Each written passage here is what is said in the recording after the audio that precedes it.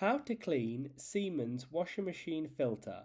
So no matter what Siemens washing machine you have, the process is fairly similar. This one's the IQ 500, but the general process is the same if you have a different one.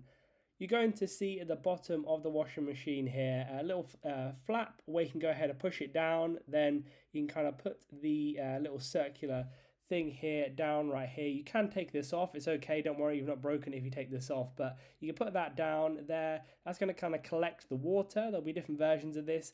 Do not do that bit there, first of all, because water will come gushing out.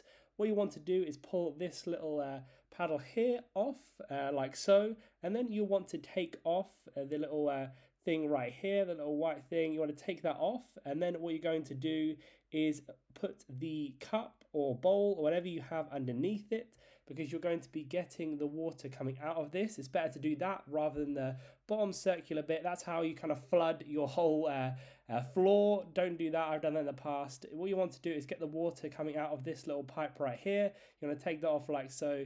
Put the water in a cup or a bowl. There might be a lot of water, so maybe have like a large bowl. Put it underneath there. Get the water out like so.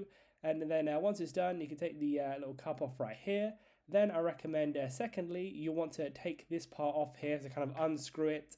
And then you want to take all the kind of hair and everything else that's inside that little area there. Then once you've done that, you can screw it back on and put the little flat part back. And then you can go ahead and put the little container part right here at the bottom all the way up, and then that should be fully finished. And then any error message you were getting on your washing machine, you should be able to start it up again and it should work perfectly. So leave a like on the video for help and subscribe for more helpful videos.